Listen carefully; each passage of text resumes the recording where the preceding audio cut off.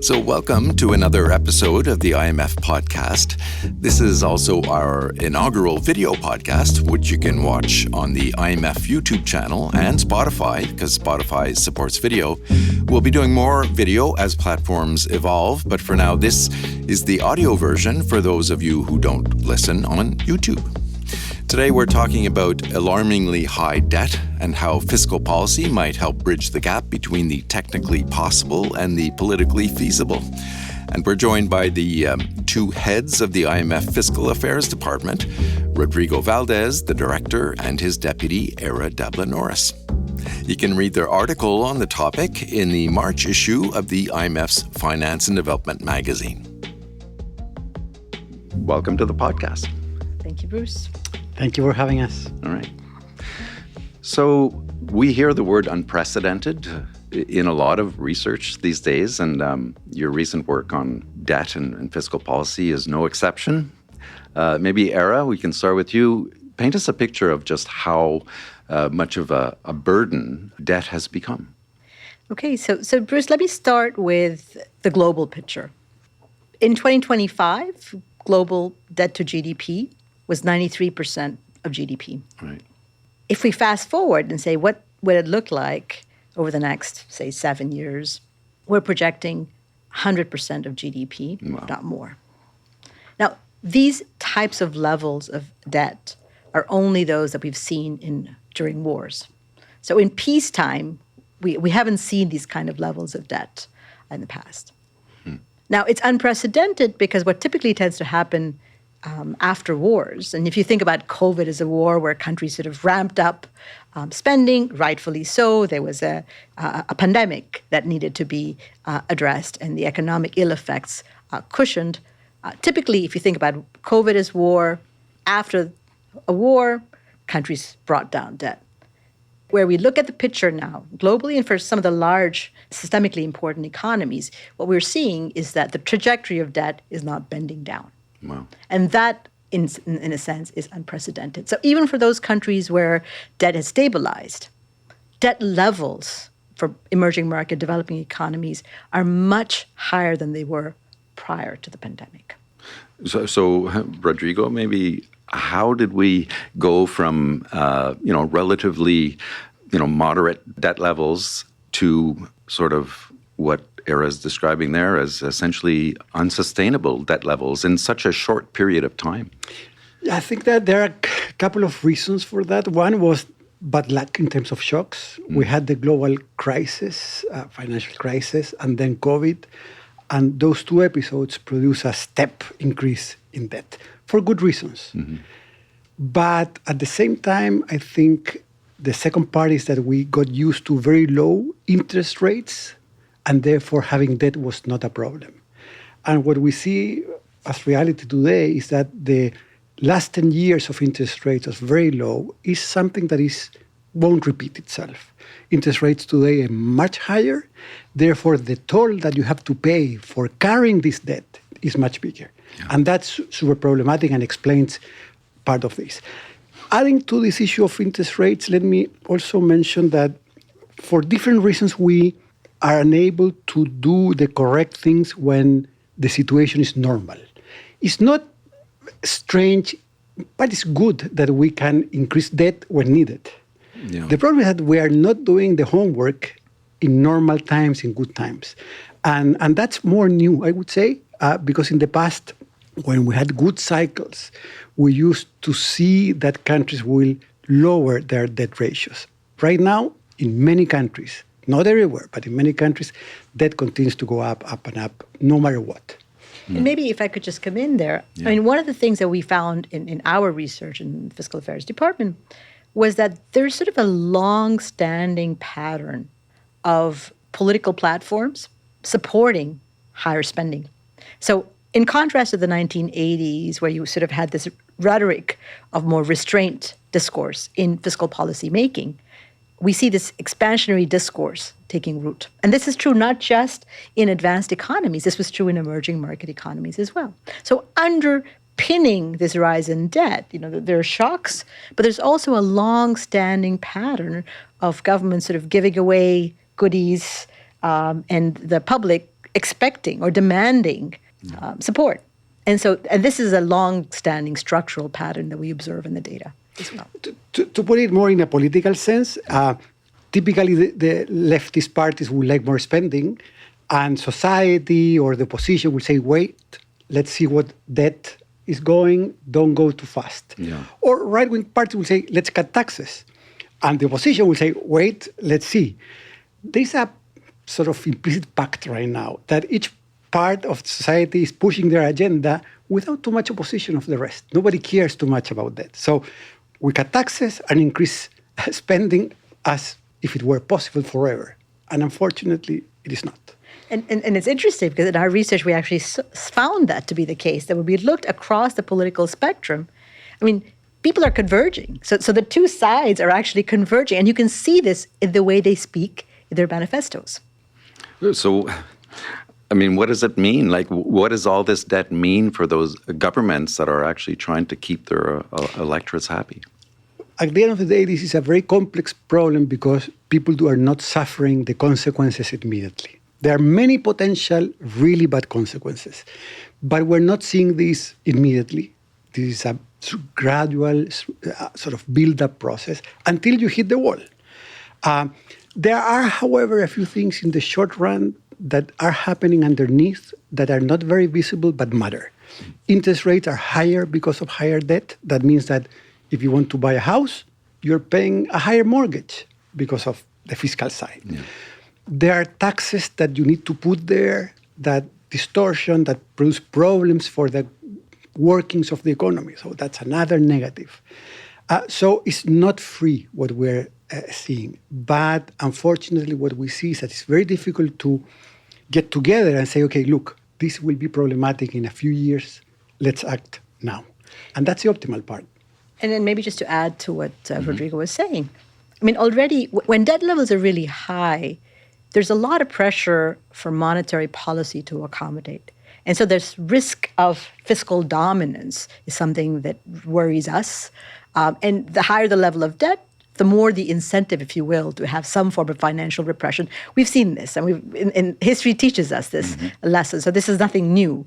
And there's more pressure on central banks to accommodate fiscal largesse. So this is, from a macro perspective, this is really a threat. But for a lot of low-income and emerging market economies, there's another component to it. So take low-income countries. On average, 21% or over 20% of revenues goes into paying interest. I mean, so if you think about what share of your revenues are your interest payments, about over 20% on average. That means this money that could then have been used for education, for healthcare, for creating opportunities for your people is no longer there. So there are these really explicit trade-offs that high debt levels generate. Look, the point Mary is mentioning is super important. Imagine a family that earns 100 every month and devotes 21 just to pay interest, not to pay the principal part of debt. So the debt at the end of the month is the same as at the beginning of the month, but you devoted 21 of the 100 just to pay the interest. That's really bad. Everybody has someone in the family that enter into troubles. Yeah. Well, this is a typical example. This applies to countries. The same as the uncle or the aunt that had these problems with the credit cards, this applies here too. So at the end of the day, governments are going to be having to make these really difficult decisions for which taxpayers are going to feel the pinch. And there is research out there and some of your own research, Era, about how there's an erosion of faith in governments to actually fix anything. So how do these governments tighten the belt without it becoming an existential threat for them? So maybe I'll come in a little bit with my research, but then I'm going to turn to Rodrigo, since he was a former minister and he knows really the challenges that politicians and governments face. So my research points to something that we're all talking about, which is that there seems to be, or there appears to be, a trust deficit in societies. There are many polls that point to this. And my research, or our research with Francesco Bianchi and Salma Khalid, points to the fact that part of this trust deficit could be coming from the fact that people just don't understand how fiscal policy works.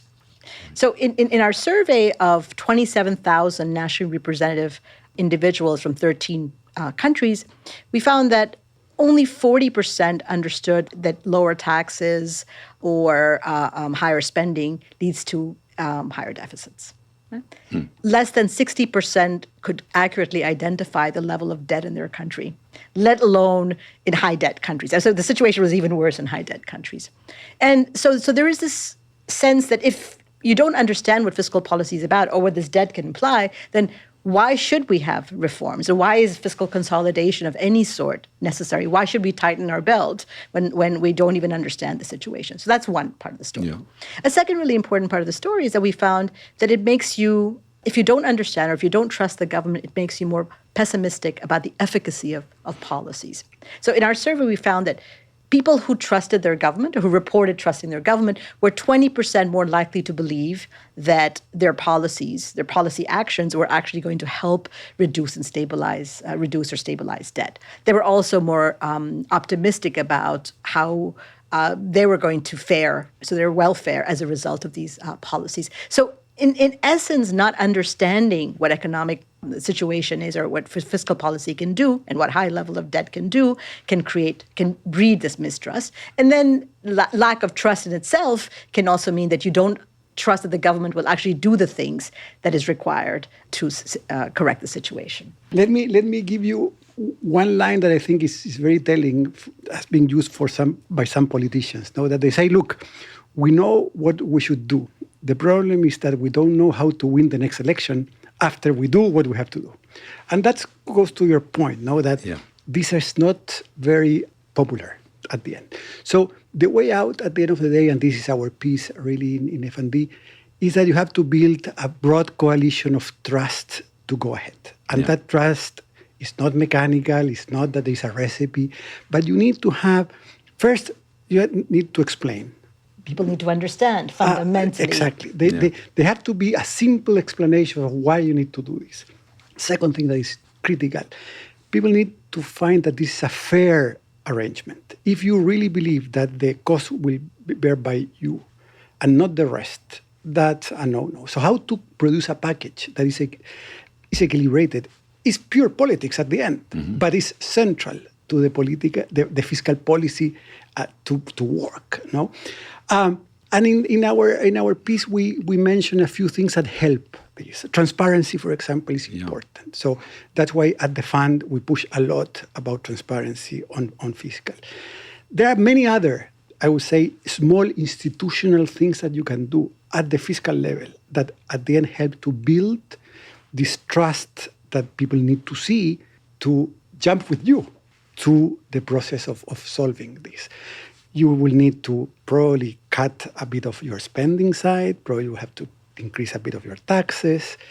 We have seen this repeatedly in pension reforms, for example. The discussion about increasing the age of retirement is super complex, but it's doable at the same time. Yeah. You need to go through the process of convincing, of showing what are the benefits, showing that it's a fair arrangement. Yeah. And actually, the Fiscal Monitor from last year, we actually had a chapter, the analytical chapter was on sentiment around two very contentious reforms, pension reforms that Rodrigo mentioned, and energy subsidy reforms. And then we found that it is possible to get buy-in depending upon how you sequence it, what were the compensatory policies around this, how do you educate the public, how do you get buy-in. It is possible to get these kind of reforms. And I mean, the period during World War II and before the war and after the war, when countries ramped up huge levels of debt, and then that this debt had to be paid, in those societies where they managed to do this, there was buy-in. There was sort of a collective buy-in. We were fighting a common cause.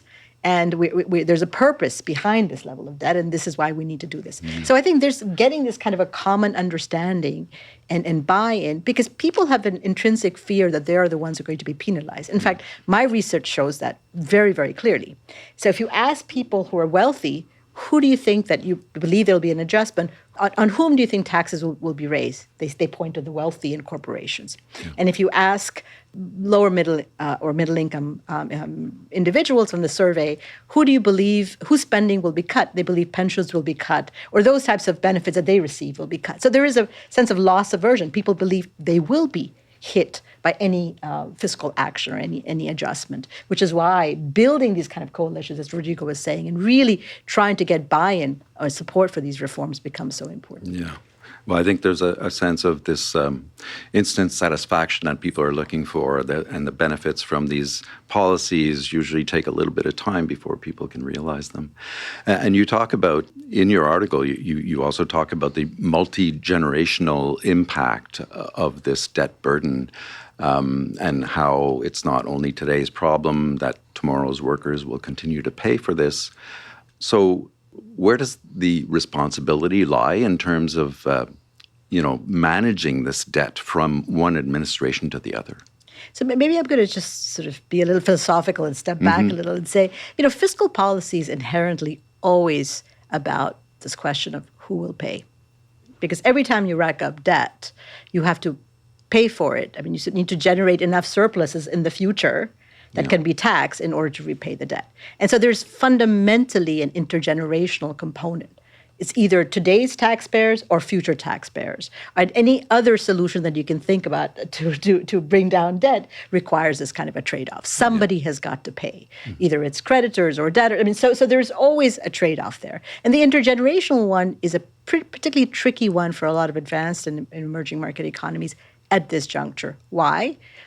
Populations are aging, which means that expenditures on health and pensions are going to increase in the coming years, dramatically increase in the coming years. At the same time, we're going to have fewer workers. So the burden is going to be borne by fewer and fewer people. Already, when you look at the number of workers per retirees, it's declined dramatically from the last 20, 25 years. So we see this change. And so that means that there's going to be fewer young in the future who possibly will be left with the bill. And I think that's the intergenerational component we highlight in the paper, that someone has to pay the bill. And if it's going to be the future young at the expense of current consumption today, then implicitly we're penalizing them, because these are not choices that they necessarily would have made.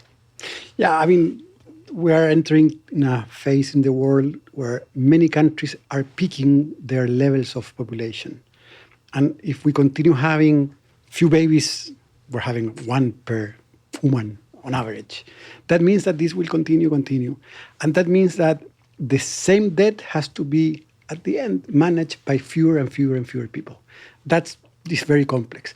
Now, politically speaking, it's very interesting to see that many people are very worried about environmental implications for the future, which is great.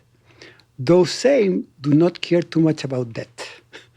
And those who care about debt care not too much about environmental issues. Right. We have to try to convince that deeply they are the same problem, that we need to have some intergenerational equity here, which is, a basic for society, no?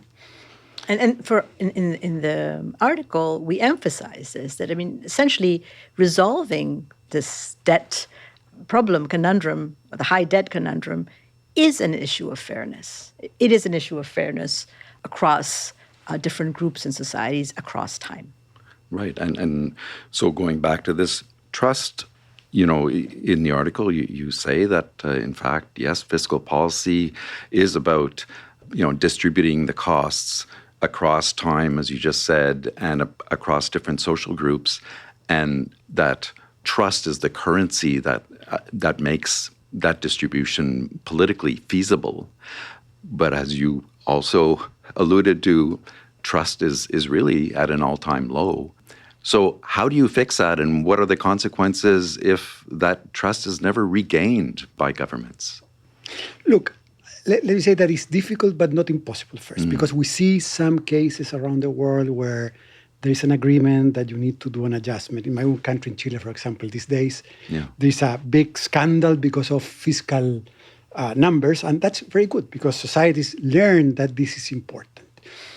The second thing that I will mention here is that it's very critical that some main political parties agree that this is important, even if they are not from the same coalition. Right.